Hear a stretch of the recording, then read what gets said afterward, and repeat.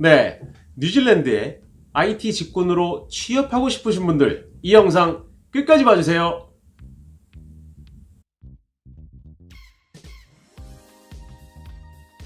자, 그 다음은 이제 또 우리가 개발자로서 면접을 통과해야 될 때 첫 번째 관문이 뭐냐면 코딩 테스트잖아요. 그렇죠? 코딩 테스트를 해야 되는데 코딩 테스트의 케이스가 여러 가지 있을 텐데 어떤 업체는 GitHub으로 아예 코딩 테스트를 주는 경우가 있더라고요. 그래서 GitHub으로 공개를 해주더라고요. 그래서 가서 보니까 그 GitHub에 쟤네가 그 회사가 공개한 것들을 보고 GitHub에 포크를 해가지고 자기의 리파지토리에다가 코드를 만들어서 제출하는 거였어요. 그런 경우는 잘 가서 보시면 저 말고도 포크하는 사람들이 있어요. 그럼 걔네들 코드도 한번 살펴보고 또 만약에 제가 제출을 끝냈더라도 그 이후에도 또 포크를 해서 또 하는 애들이 있을 거잖아요. 저 이후에도 그런 애들 코드까지 한번 쓱 다 살펴보는 거죠. 그래서 이 나라 애들의 어느 정도 수준이 얼만가, 물론 저보다 잘하는 애들도 있어요. 네, 그런 것들을 좀 살펴보는 것도 굉장히 중요하다. 그리고 또 어떤 특정 업체는 제가 지원했던 업체 중에 이로드라는 데가 있어요. 이로드. 약간 한국의 도로공사 같은 회사인데 거기에 지원했을 때는 얘네들은 이제 메일로 이제 코딩 테스트를 보내줍니다. 첫 번째 1차는 문제예요, 문제. 문제를 풀어서 합격이 되면은 두 번째는 코딩 테스트가 오는데 코딩 테스트는 이렇게 오더라고요, 메일로. 24시간의 시간을 주겠다. 하지만 대부분 4시간 안에 내는 게 일반적이야. 라고 보내는 거예요. 그러면 4시간 안에 내야 되잖아요. 짜증 나는 거예요. 24시간이라고 해놓고 4시간 안에 내면 좋아 라고 이렇게 보내니까 짜증 나더라고요. 그래서 저는 사실 안 풀었어요. 이로드 거를 안 풀었는데 재밌었던 건 뭐냐면 제가 이로드에서 코딩 테스트가 와서 무시했단 말이에요. 안 풀고 2-3주가 지났어요. 2-3주가 지났는데 이로드에 소속된 리크루터가 다시 연락이 온 거예요. 너 이걸 제출하지 않았네? 그러면서 내가 다시 보내줄 테니까 24시간 안에 다시 제출해 라고 보내주더라고요. 다시 2차 코딩 테스트를. 그래서 이거 어떻게 해야 되나 그러면서 또 귀찮아가지고 제가 보고 있었는데 다시 와서 딱 봤는데 똑같은 문제인 거예요. 그러니까 이놈들이 똑같은 문제를 또 보낸 거예요. 3주 후에. 그러니까 그럴 줄 알았으면 제가 미리 코딩 좀 해놓고 기다렸다가 3주에 또 낼 건데 좀 아쉽더라고요. 네. 이로도 굉장히 좋은 회사예요. 근데 이제 저는 어쨌든 문제가 굉장히 어려웠고 까다로웠고 4시간 안에 내는 건 좀 힘들다. 또 제가 오픈을 했는데 밤이었는데 좀 그렇더라고요. 그래서 내지는 않았어요. 어쨌든 그런 경우가 있으니까 혹시라도 1호대 지원하시는 분들은 한번 시도해 보셔라. 코딩 해놓고 기다렸다가 두 번째 연락에 다시 내시는 것도 방법이 될 수 있다. 또 어떤 경우가 있었냐면 이제 시니어 롤로 지원했을 때 특정 업체에서는 이제 피드백을 굉장히 자세하게 주더라고요. 코딩에 대해서. 네, 물론 탈락을 했지만 잘한 부분은 이런 부분, 못한 부분은 이런 부분, 뭐 이런 것들에 대한 피드백을 굉장히 자세히 줘요. 그러면 못한 부분에 대해서 제가 계속 개선을 해 나가는 게 굉장히 중요하다고 생각이 돼요. 그 업체는 페이슬립을 발행하는 업체였는데 그래서 돈과 관련된 부분들을 이제 문제를 내줬거든요. 그러다 보니까 테스트 케이스를 굉장히 많이 짜오라고 했어요. 근데 이제 제가 많이 짰다고 짰지만 얘네 말로는 그렇더라고요. 어떤 코너 케이스 뭐 혹시 if 이러고 이럴 때는 어떻게 하냐 뭐 이런 코너 케이스 테스트가 부족하다 뭐 이런 내용도 있었고요. 네, 그래서 탈락이 됐죠. 최종적으로. 어쨌든 그런 부분들을 좀 활용하셔서 코딩 테스트를 좀 넘기면 좋을 것 같다. 물론 집에서 코딩 계속 연습해야 되겠죠. 자, 그 다음에 면접입니다. 실제 면접인데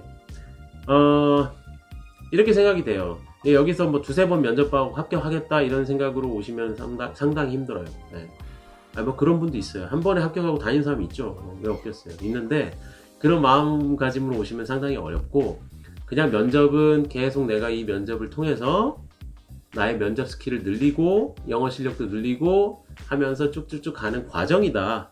면접이 한 10번, 20번, 30번 후에 내가 회사를 가게 된다. 이런 마음가짐으로 접근하는 거죠. 네, 그래서 너무 이제 부담 갖지 않고 편하게 오늘도 면접이야. 그래, 오늘도 가서 이야기 좀 하고 올게. 이 정도로 이제 접근하는 겁니다. 저는 그렇게 생각해요. 그래서 뭐 또 항상 떨어질 수 있다. 네, 그런 마인드로 이제 가는 거죠. 네. 그리고 제가 면접을 가보니까 면접 끝나고 나서 1차 면접 후에 대부분 특정 업체들이 혹시 기타브 주소 같은 게 있으면 좀 공유를 해달라 이렇게 요구를 하더라고요. 그래서 이제 원래 있었으니까 좀 보내줬죠. 근데 별로 코드는 없어요. 저도 기타브에 뭐 있으면 참 좋은데 많이 없어가지고 그냥 보내주고 말았고, 그래도 뭐 그거 받고도 2차, 3차로 넘어간 경우도 있었어요. 3차까지 CTO 면접까지 다 봤는데도 안 된 경우도 있었고요. 그 다음에 이제 제 기억으로 면접에서 저에게 물어봤던 거, 저는 이제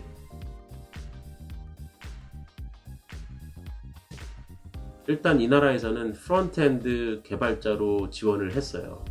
그쪽이 좀 일이 많아요. 그래서 프론트엔드, 특히 리액트 쪽으로 지원을 하게 됐는데, 물론 한국에서는 제가 리액트 프론트엔드를 전문으로 하는 개발자가 아니었어요. 그러다 보니까 좀 어려움이 있었거든요. 어쨌든 뭐 그거와 연관이 있는데, 제가 받았던 어떤 질문, 제일 많이 받았던 질문, 대부분 99%가 면접 중에 99%는 이 질문을 했어요, 저에게. 뭐냐면은 제 백그라운드에 대해서 한번 얘기해봐. 그게 뭐냐면 단순하게 이력서 뭐 예를 들어 뭐 2000년부터 했어, 뭐 2001년 뭐 이런 식으로 해서 지금까지 어떤 이력들을 쭉 한번 읊어주면서 중요한 부분들, 내가 어디를 강점으로 하고 있다라는 거를 한번 쓱 훑어주는 거죠. 예. 그런 부분들이 꼭 필요하더라고요. 얘네가 이력서를 다 받았지만 이력서가 우리 10년씩 있는 사람들 길잖아요. 짧으면 뭐 두세 개만 쓰면 되겠지만 길기 때문에 다 보진 못해요. 앞에 주요 한 두세 개만 보거든요. 한번 쓱 내가 이래저래 이렇게 흘러왔어 라는 걸 한번 쓱 말해주는 거죠. 어떤 분들은 이런 이제 스토리, 영어로 된 어떤 스크립트, 그 다음에 손동작까지 다 외워서 한다고 하더라고요. 근데 저는 그렇게는 못했고, 아까 말씀드렸지만 이 면접은 계속 보면서 떨어지는 거잖아요. 그러면서 이제 면접의 스킬이 늘어나는 거 아닙니까? 네, 그런 마인드로 갔기 때문에 계속 하면서 계속 늘려갔죠. 제 말들을 늘려갔고, 스토리를 좀 만들어 갔어요, 자동으로. 집에서 좀 생각을 했죠. 제가 스크립트를 직접 만들지는 않았지만 생각을 했어요. 아, 이렇게 말을 해야 되겠다. 그래서 어떤 일이 있었냐면, 한국에서 저도 리액트로 프로젝트를 3-4개 정도 했는데 뭔가 되게 딥하게 깊이 있게 쓰진 못했던 것 같아요, 제 생각에. 왜냐면 백단도 해야 되고 모든 업무까지 다 해야 되니까 그렇게 못했었는데, 여기 와서 이제 프론트엔드로 접근을 하다 보니까 그 정도 실력으로는 프론트엔드로 접근이 안 되는 거예요. 그래서 이 나라에 와서 제가 시간이 있을 때 공부를 하고, 공부했던 내용들을 이제 원래 프로젝트에 살짝 녹이는 거죠. 녹여서 이런 스토리를 만들어야 돼요. 야, 뭐 2015년에 내가 리액트를 접해서 썼어. 그래서 이런저런 화면에 이런저런 기능이 필요했고 이래저래 해서 리액트를 쓰게 됐어. 그래서 참 좋았는데 되게 어려웠어. 그럼 물어봅니다. 뭐가 어려웠어? 이러고 딱 물어봅니다. 똑같아요, 패턴이. 그래서 이제 우리가 면접을 주도해야 되잖아요, 우리가. 걔네가 질문한 것만 답변하면 안 되고, 이러저러 해서 굉장히 어려웠어 라고 하면 얘네가 뭐가 어려웠어? 물어봅니다. 그러면 어려운 걸 얘기해줘요. 그래, 뭐 리액트 같은 경우는 뭐 스테이트 관리가 되게 어렵더라, 뭐 이런 내용들을 얘기해주고 디테일한 개발 내용을 얘기하기 좀 어려운데 얘기해줍니다. 그러면 그래, 그럼 어떻게 했어? 어떻게 해결했어? 이게 똑같아요. 대부분의 회사가 똑같아요. 뭐가 어려웠어? 뭐가 어려웠어? 그래? 그럼 어떻게 해결했어? 그럼 어떻게 해결했어? 그런 내용들을 계속 얘기해 주는 거예요. 그러면서 어떻게 내가 이런 기술들이 뭐가 문제가 있었고 뭘 어떻게 해결했고 어떻게 해서 지금의 어떤 게 제일 나은 것 같아. 왜 이걸 쓰는 거야? 뭐 이런 내용들을 써주는 거죠. 얘기해 주는 거죠. 네, 그런 스토리를 약간 만들어 가는 거예요. 그래서 2015년에는 리액트만 썼어. 예를 들어 2016년에 리액트하고 뭐가 있었죠? 스테이트 관리하는 리덕스를 썼어. 뭐 2017년에는 뭘 썼어? 2018년에는 내가 그래프큐어를 썼어. 그 다음에 2019년에는 뭐 아폴로 서버를 연결해서 쓰고 있어. 뭐 이런 내용들을 좀 스토리를 만드는 거죠. 가짜로라도. 얘네가 검증할 수는 없으니까. 한국의 우리 경력을 검증할 수 없잖아요. 그래서 그렇게 스토리를 만들어서 얘기하는 것도 굉장히 중요한 것 같아요. 저는 그렇게 해서 좀 좋았던 것 같아요. 그 다음에 탈락을 굉장히 많이 했어요, 저도.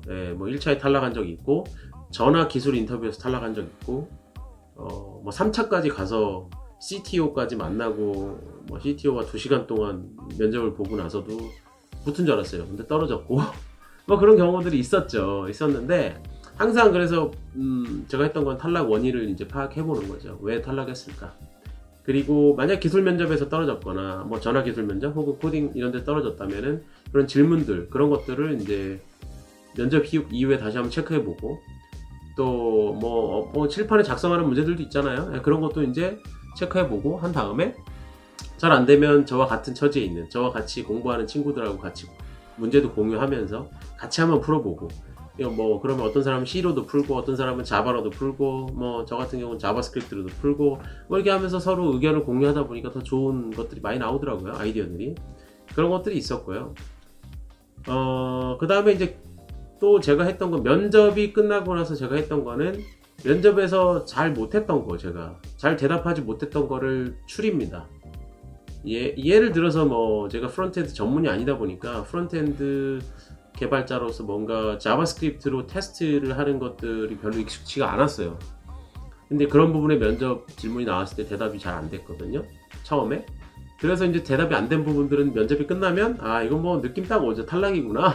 답을 많이 못했으니까 그런 생각이 들면 집에 가서 공부하는 거죠. 뭐 예를 들어 뭐 공부하는 거예요. 공부해서 좀 덕을 본 것 같아요. 공부해서 조금 기술을 익혀보고 갖고 조금 익혔어요. 익혀봤더니 다음 면접 때 다음 회사 이제 면접 보고 코딩 테스트 할 때 거기서 그러더라고요. 코딩을 하고 테스트 코드를 같이 짜오시오 그러더라고요. 그러면 아까 테스트 프레임워크 제가 공부 안 했었잖아요. 처음 몰랐잖아요. 공부를 했으니까 여기다 또 적용해보고 또 두 번째, 세 번째 코딩 테스트에 계속 그 테스트 프레임워크 사용 어떤 빈도라든지 사용의 양, 어떤 기술의 그런 것들이 늘어나는 거죠, 계속.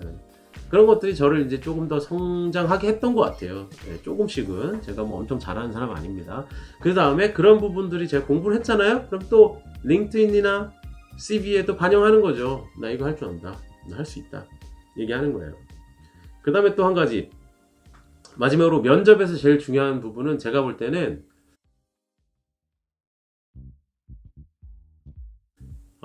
저는 모든 면접 내용을 다 녹음했습니다.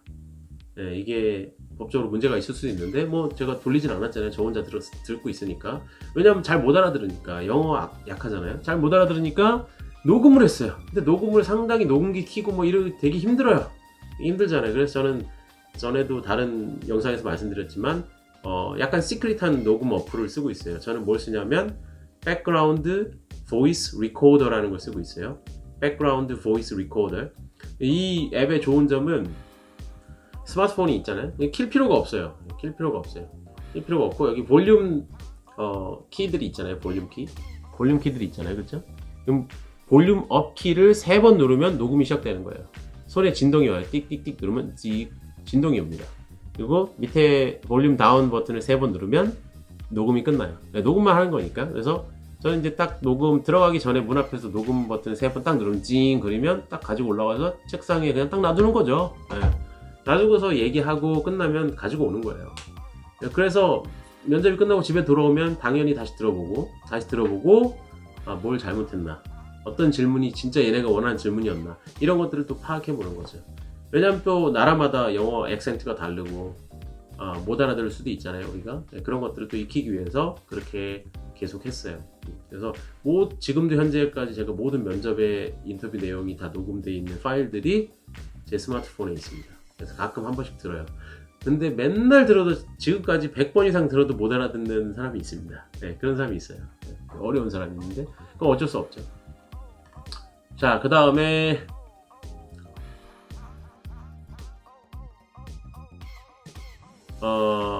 저 같은 경우는 이 이력서를 지원할 때 이렇게 했어요.